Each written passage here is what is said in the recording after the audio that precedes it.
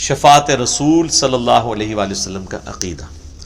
یعلم ما بین ایدیہم وما خلفہم، وہ جانتا ہے جو ان سے پہلے ہو چکا، جو ان کے بعد ہونے والا.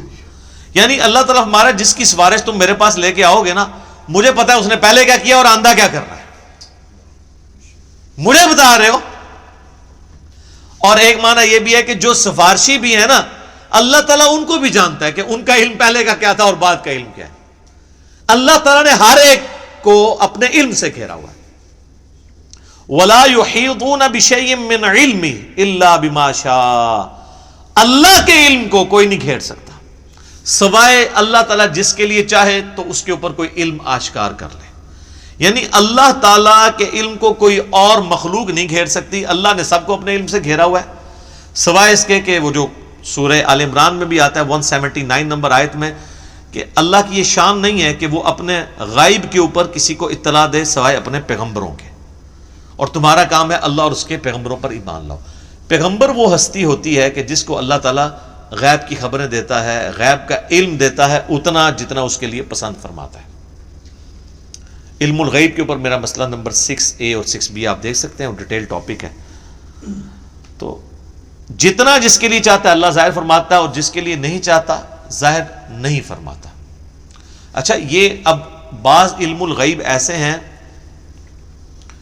جو اللہ تعالیٰ نے انبیاء کرام کو دیے ہیں، اور بعض یہ ہیں جو ہمارے اعتبار سے وہ آپ سمجھ لیں ان سین علم ہے، لیکن چونکہ وہ فزیکل ورلڈ کے ساتھ تعلق رکھتے ہیں اس لیے ہم اس کو علم الغیب کا لفظ تو نہیں بول سکتے، لیکن چھپے علوم ہیں. جیسے سائنٹیفک جو بڑے بڑے راز ہیں اس کائنات کے، وہ لوگوں نے دریافت کیے ہیں. میگنیٹک فیلڈ کا دریافت کرنا، کمپاس بنا لینا. فیراڈے نے 8 سے 200-300 سال پہلے ہی ہوا ہے نا بجلی والا معاملہ. دنیا میں بجلی آئے ہوئے میکسیمم 150 سال گزرا ہے، اس سے پہلے بجلی نہیں تھی. تو ایک انسان پہ اللہ نے راز کھولا ہے نا کہ اگر کسی کنڈکٹر کو میگنیٹک فیلڈ کے اندر موو کیا جائے تو اس میں وولٹیج پیدا ہو جاتی ہے، EMF انڈیوس ہو جاتی ہے. یہ فیراڈے کو اللہ نے راز سمجھا دیا نا. نیوٹن کو کئی ایک چیزیں باتیں سمجھا دی، آئنسٹائن کو سمجھا دی. تیل زمین سے نکل آیا، گھڑی بنا لی، اتنی ساری چیزیں ہیں، جہاز بنا لیے، جیٹ انجن بنا لیے. تو یہ اس کائنات کے راز اللہ تعالیٰ لوگوں پہ کھولتا ہے. وسع کرسیہ السماوات والارض، اسی کی کرسی نے آسمانوں اور زمین کو گھیرا ہوا ہے. ولا یؤودہ حفظہما، اور اللہ تعالیٰ کو زمین و آسمان کی حفاظت کرنا کوئی مشکل نہیں ہے، تھکا نہیں دیتی یہ چیز. وہو العلی العظیم، اور وہ بہت بلند ہے اور عظمت والا ہے. اچھا، یہاں کرسی عین ممکن ہے کہ کوئی فزیکل کرسی ایگزسٹ کرتی ہے، اور عین ممکن ہے کہ یہ بات محاورتاً ہو رہی ہے کہ اللہ تعالیٰ کی بادشاہت اس سے مراد ہو، کیونکہ قرآن میں کئی ایک چیزیں محاورتاً بھی استعمال ہوئی ہیں. اس کے اوپر یہ جو اہل حدیث کی طرف سے جہمی ہونے کا فتویٰ فوراً لگا دیتے ہیں، یہ غلط ہے. بعض جگہ وہ خود بھی تعویلات کر رہے ہوتے ہیں. جیسے سورہ قصص کے اینڈ پہ آتا ہے کہ ہر چیز کو فنا ہے سوائے اللہ کے چہرے کے، تو سارے اہل حدیثوں نے ترجمہ کیا ہے یہاں چہرے سے مراد اللہ کی ذات ہے. تو تعویل تو وہ بھی کر رہے ہیں. یا قیامت والے دن اللہ کے سائے کے سوا کوئی اور سایہ نہیں ہوگا، 7 لوگ اس سائے کے نیچے ہوں گے، بخاری مسلم میں آتا ہے. تو وہاں اہل حدیث بھی کہتے ہیں یہاں مراد عرش کا سایہ، اللہ کا سایہ مراد نہیں. تو اس طریقے سے اگر کوئی تعویل کرتا ہے اس طرح کے معاملات میں، جہاں پہ ممکن ہو، جہاں پہ ممکن نہ ہو وہاں پہ نہیں کرنی چاہیے. مولانا مودودی تو دونوں طرف گئے ہیں کہ عین ممکن ہے کرسی ہو، اور عین ممکن ہے کہ اس سے مراد ایک محاورتاً بات ہو کہ اللہ کی بادشاہی نے گھیر رکھا ہے ہر چیز کو. اور اس کی یعنی صرف اللہ تعالیٰ نے یہ بنا کے مخلوق چھوڑ نہیں دی، بلکہ اس کی حفاظت بھی اپنے ذمہ لی ہوئی ہے.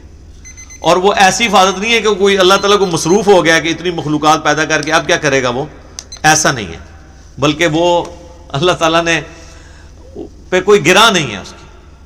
وہ تو سورۃ الانعام میں ہے کہ زمین کی گہرائیوں میں کوئی دانہ نہیں پھوٹتا، نہ زمین کے اوپر نہ سمندروں میں کوئی پتا بھی گرتا ہے مگر اس کے علم سے. اور اتنا کامل علم ہے کہ اللہ نے یہ سب کچھ ہونے سے پہلے لوح محفوظ میں لکھ لیا ہے. تو ایک ڈیٹیل طلب ٹاپک ہے.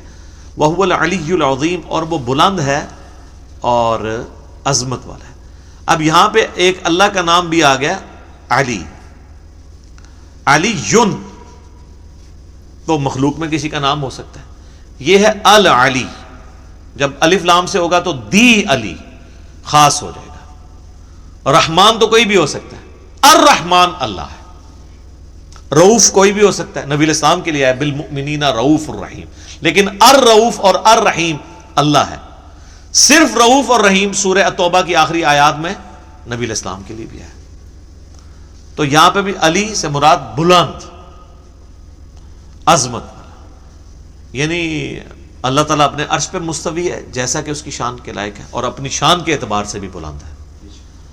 تو اب یہ آیت الکرسی پہ تو گھنٹوں بولا جا سکتا تھا. میں نے اتنا حصہ کور کیا ہے جتنا ایک عام بندے کی ضرورت ہے، کیونکہ آپ سمجھیں کہ قرآن حکیم میں جتنی بھی آیات اللہ تعالیٰ کی اسماء و صفات کے اعتبار سے یا اس کی قدرتوں اور شانوں کے اعتبار سے آئیں گی، آلموسٹ ان کی جڑ جو ہے وہ آیت الکرسی کے اندر موجود ہے.